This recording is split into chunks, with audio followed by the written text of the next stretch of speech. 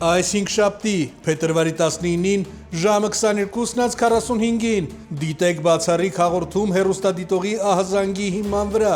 Արմատներով Արցախից տիկին Նաիրան քաղաքագետ Արամ Ավետիսյանին եւ Արթուրին հրավիրել է Էջմիածին քաղաք, որպիսի մեր հայրենակիցներին ներկայացնի Ռոբերտ Քոչարյանի ընտանիքին վերաբերող կարևոր եւ ահասարսուռ պատմությունները, որոնց մասին տարիներ շարունակ լռել են վախի մեջ ապրող իր արցախցի հարազատները։ Ամպեր առաջինին։ Հաղորդեք առաջին։ Ամպեր, մենք մոտենում ենք Էջմիածին քաղաքին, դուք տեսնում եք Արամի մեքենան։ Այո, առաջին տեսնում եմ, ուղեկցում եմ։ Շնորհակալություն, կապի վերջ։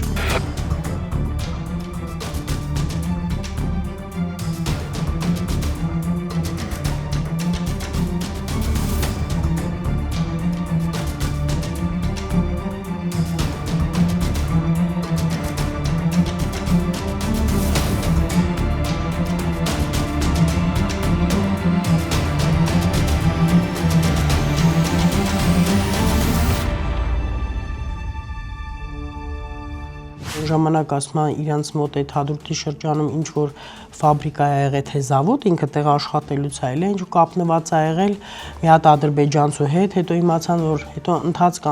անցավ բան, ասեցին հղի է, հետո որ ունեցավ արդեն իրանց այդ գյուղի մեջ շուխուրն ընկավ որ ադրբեջանցուցա բերե, դե ասում են «Нет дыма без огня»։ Իրա քերին, երեսա թեքի այդ ընտանիքից իրա քրոջից մենակ դրա համար, որովհետև ասեցին, որ էսի թորքի բերած խոխայա, վсё։ Ու ինքը տենց է թորքի բերած արուն կա մեջ։ Եթե ինքը իր աղբորն է վերտալյոտից գցե, ոնց կարա ինքը ուրիշների մասին մտածի։ Դրանից էլ պարզա գալի, պարզա ստացվում, որ մարդը եթե հայ չի, ոնց կարա Հայաստանը սիրի, եթե հայ չի, ոնց կարա այս հողի համար իր սիրտը ցավա, ասենք Ալիևի թայֆեն, շատ լավ գիտի ինքը իրանք հիմա DNK էլ որ անեն 100%-ով կապացուցվի, որ ինքը մեր հայ չի, ճիշտ է, հայկա որ թուրքից վատ բան է անում, բայց որ ինքը այսօր հայրենասիրությունից է խոսում, այսօր ինքը այսքան Արցախից է խոսում, Արցախ պահողը կգնար կկանգներ Հակարի կամուրջին, կգնար կհասներ դեմ ինչ որ խի սվոր ռաֆը կարար վերտալյոտով այդքան զենք զինամթերք գցեր Գորիսի ճանապարհներին, որ մեր զինվորները հավաքեն այն թվերին Սվոր ռաֆի համար ադրբեջանցի 2 հոգի եկան իր թաղմանը մասնակցեցին կարար աներ դուք ոչ ոք չկարողացաք անեիք գնացինք մտանք մի հատ տուն ասեցինք այդ լավաշիցը մի 10 հատ փաթաթի տուր տանենք ասեց նկատեց զգաց որ Հայաստանի բարբառով ենք խոսում քինացեք սա ձեր պատճառով սենց եղավ որ մենք հիմա վատ ենք մենք լավ էլ իրար հետ ապրել ենք էլի բան չունենք ասելու լավ իրար հետ ապրել են բայց ստրախ ա եղել սովետ միություն ա եղել վախեցել են այդ ասեն ես հայ եմ դու ուզբեկ ես դու տաջիկ ես վրաս կասեն я դու նացիոնալիստ ես որ ազգերի եք բաժանվում ստիպված ապրել են իրար հետ բայց որ իրանք ամեն մեկը մի մետրի վրա կանգներ այդ հողը պահեր այդ հողը կլներ մերը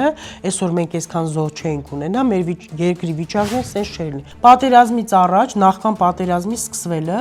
ասեց Արայք Հարությունյանը ինչքան այգիներ ուներ ճարտար գյուղում նրան այգիներ ուներ սա շուտ ծախեց փողը սարքեց բիրիկ փող դրեց այնտեղ որտեվ իրանք շատ լավ գիտեին չերես Վիտալի Բալասանյան իրանք գիտեին որ պատերազմը սկսվելու է օրինակներ բերեցիք ունենք հազարավոր զոհեր ունենք մարդիկ որոնք որ մինչև վերջ կռվեցին մի մետր հող չհանձեցին բայց ում նայում ես ֆինանսապես անապահով, սոցիալապես անապահով, քյասիպ երեխեք, այսինքն այս երկիրը ճարտոյի դուքյաններ էլի Քոչարյանի Սերժի համար գան, կոտորեն, թալանեն, քյասիպ երեխեքն են վաղ ուղարկեն, հետո ասում է Հերա Ղարաբաղից է խոսում ինչ-որ մեծ ասում է մենք 29800 քառակուսով չպետք է սահմանափակվեն։ Ես հարց եմ ուղղել, ասում եմ այ վիժվածք։ Դու ում երեխեքի հաշվին ես այդում թազա պատերազմ սարքես։ Չէ, Քարորիային 800 մետր 800 հեկտար հող անցավ իրանց Սերժի ժամանակաշրջաններով հելավասեր ուր ամեր 800 հեկտար ոչ մեկ որտեղ չվախենային ասեն մտ ոչնչություն կա մտ ոչի լուղակի այդ Մետաքսե Հակոբյանն է ինչ այդ վիտոյի այդ ճտերից չներից մի հատ այն որ դեմքին նայում ես սիրտդ խառնում է արդեն հավաքել է արցախցիներին ու քարոզա կարդում այսինքն քաղաքականացնում է, որ ու ինչ ասում, պետք է լինի հելնենք փողոց, սենց, էսկոմ, այնկոմ, այսինքն այդ ու նայում եմ այդ արցախցիներին, խեղճ ու կրա նստած մոլորված չեն լավ չեն ամաչում, այդ մարկանց ընդե օգտագործեցիք, խաբեցիք։ Հա։ Իրանց մեր օգնությունը ուղարկում էինք այդ մարկանց, ձերներից վեկալում էինք, տներ էին առնում։ Հիմա էլի եկել են ստե, այդ խեղճ ժողովուրդը ուզում է մի բանով զբաղվի, աշխատի, օգնում ենք մեկը մյուսին ճանաչում է, էլի մեր հայ ժողովուրդն է։ Էլի եկել են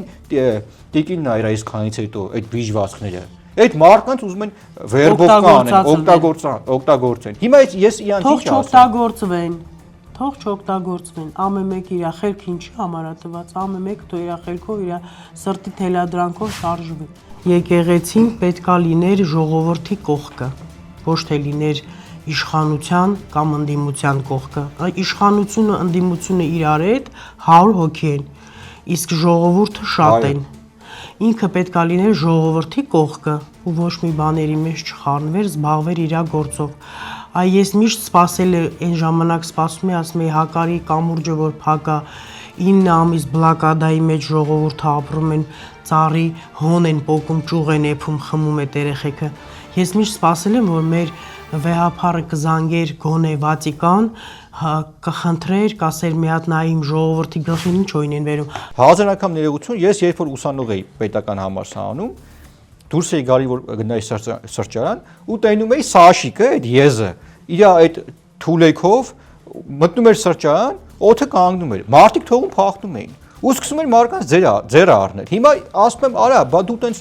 ուժեղ տղա էիր, այդ բակլաններով, քո այդ բուղաներով։ Բախի հորը չի իմը թողիր փախար, շամպես։ Թող ժողովուրդը դրանից մենակ վատ զգա, որ իրանք ելնելով բնիկ Երևանցի իրանց պապանց Երևանում